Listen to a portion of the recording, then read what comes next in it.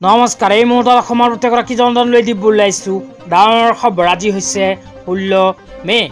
আজি অসমৰ লাখ লাখ দুখীয়াসকললৈ কেইখনমান চৰকাৰী আঁচনিলৈ দিব ওলাইছোঁ ডাঙৰ খবৰ। তো যিসকল মানুহে ভিডিঅ'টোত ক্লিক কৰিছে অনুগ্ৰহ কৰি ভিডিঅ'টো স্কিপ নকৰি প্ৰথমৰ পৰা শেষলৈ চাই থাকিব, কিয়নো এইটো ভিডিঅ'ৰ মাজত শ্ৰমিকসকলৰ পৰা আৰম্ভ কৰি অৰুণোদয় আঁচনিলৈ কেইখনমান গুৰুত্বপূৰ্ণ খবৰ আপোনালোকক প্ৰদান কৰিম। অনুগ্ৰহ কৰি ভিডিঅ'টোত ক্লিক কৰিছে যদি ভিডিঅ'টো স্কিপ নকৰি প্ৰথমৰ পৰা শেষলৈ চাই থাকিব। লগতে মোৰ চেনেলত নতুন হ'লে প্লিজ চেনেলটো ছাবস্ক্ৰাইব কৰি মোৰ লগত থাকিব। তো বলক ভিডিঅ'টো আৰম্ভ কৰি আজি প্ৰথমটো গুৰুত্বপূৰ্ণ খবৰৰ বিষয়ে বিস্তাৰিত জানি লওঁ। তো আজি প্ৰথমটো গুৰুত্বপূৰ্ণ খবৰ হ'ল অসমৰ মাননীয় মুখ্যমন্ত্ৰী ডাঙৰীয়াই প্ৰদান কৰা এক বিশেষ আপডেট লৈ। তো ইয়াৰ পিছত অৰুণোদয় আঁচনিলৈ এখন গুৰুত্বপূৰ্ণ খবৰ আপোনালোকক প্ৰদান কৰিম। অনুগ্ৰহ কৰি ভিডিঅ'টো চাই থাকিব। ইয়াতে লিখা আছে বিজেপিৰ সংকল্প পত্ৰ নিৰ্বাচনত ভোট লাভৰ আহিলা মাত্ৰ নহয়, ই হৈছে জনতাৰ আশা আকাংক্ষা আৰু অসমৰ বিকাশ যাত্ৰাক আগুৱাই নিয়াৰ ভৱিষ্যত পৰিকল্পনাৰ সংকল্প। অসমৰ ৰাজনীতিত এই ইতিবাচক চিন্তাক শক্তিশালী ৰূপত কৰ্ম সংস্কৃতিৰ আধাৰৰূপে প্ৰতিষ্ঠা কৰাৰ বাবে আমাৰ পদক্ষেপ লৈছোঁ। তাৰপিছত আৰু লিখা আছে যুৱ প্ৰজন্মক নিৰ্বাচনৰ পূৰ্বে 2 লাখ চৰকাৰী চাকৰি প্ৰদানৰ প্ৰতিশ্ৰুতি দিছিলোঁ। এই ক্ষেত্ৰত আমাৰ প্ৰথম পদক্ষেপ হিচাপে নতুন চৰকাৰৰ প্ৰথম কেবিনেট বৈঠকত টাস্ক ফ'ৰ্চ গঠনৰ সিদ্ধান্ত লৈছোঁ।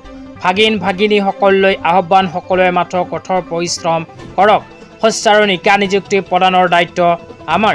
ইয়াতে অসমৰ মাননীয় মুখ্যমন্ত্ৰী ডাঙৰীয়াই উল্লেখ কৰা অনুযায়ী নিৰ্বাচনৰ পূৰ্বে যুৱক যুৱতীসকলৰ বাবে প্ৰতিশ্ৰুতি প্ৰদান কৰিছিল যে 2 লাখ নতুনকৈ চৰকাৰী চাকৰি প্ৰদান কৰিব। তো 2 লাখ যুৱক যুৱতীসকলক চৰকাৰী চাকৰি প্ৰদানৰ কাম পূৰ্ণগতিত আৰম্ভ কৰিছে অসম চৰকাৰে। তো এতিয়া আপোনালোকক দিব ওলাইছে আজি দ্বিতীয়টো খুবেই গুৰুত্বপূৰ্ণ খবৰ। আজি দ্বিতীয়টো গুৰুত্বপূৰ্ণ খবৰ হ'ল অসমৰ মাননীয় মুখ্যমন্ত্ৰী ডাঙৰীয়াৰ নেতৃত্বত বিজেপি চৰকাৰৰ ফালৰ পৰা প্ৰদান কৰা এক বিশেষ আপডেট লৈ। তো ইয়াতে লিখা আছে NDA 3.0 চাহ শ্ৰমিকৰ সবলীকৰণ। চাহ শ্ৰমিকসকলৰ বাবে NDA 3.0 চৰকাৰে এক বৃহৎ সিদ্ধান্ত গ্ৰহণ কৰিছে। তাৰপিছত লিখা আছে চাহ শ্ৰমিকৰ দৈনিক মজুৰি 2021 চনৰ পৰা 26 চনলৈকে আছিল ব্ৰহ্মপুত্ৰ উপত্যকাত 280 টকাকৈ। তাৰপিছত বৰাক উপত্যকাত হ'ল 258 টকা। ইয়াৰ লগতে আৰু কোৱা হৈছে 2026 চনৰ পৰা আৰম্ভ কৰি 2031 চনলৈকে পৰ্যায়ক্ৰমে 500 টকালৈ বৃদ্ধি কৰাৰ লক্ষ্য লৈছে বিজেপি চৰকাৰে। অতি শীঘ্ৰেই চাহ শ্ৰমিকসকলে লাভ কৰিব প্ৰতিদিনে 500কৈ টকা। তেতিয়া আপোনালোকক দিব ওলাইছে আজি তৃতীয়টো খুবেই গুৰুত্বপূৰ্ণ খবৰ। আজি তৃতীয়টো গুৰুত্বপূৰ্ণ খবৰ হ'ল নকৈ গঠিত বিজেপি চৰকাৰৰ ফালৰ পৰা প্ৰদান কৰা এক বিশেষ আপডেট লৈ।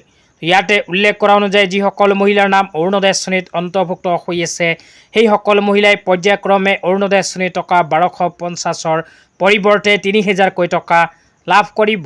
বিজেপি চৰকাৰে অৰুণোদয় আঁচনিৰ ধন বৃদ্ধি কৰিব।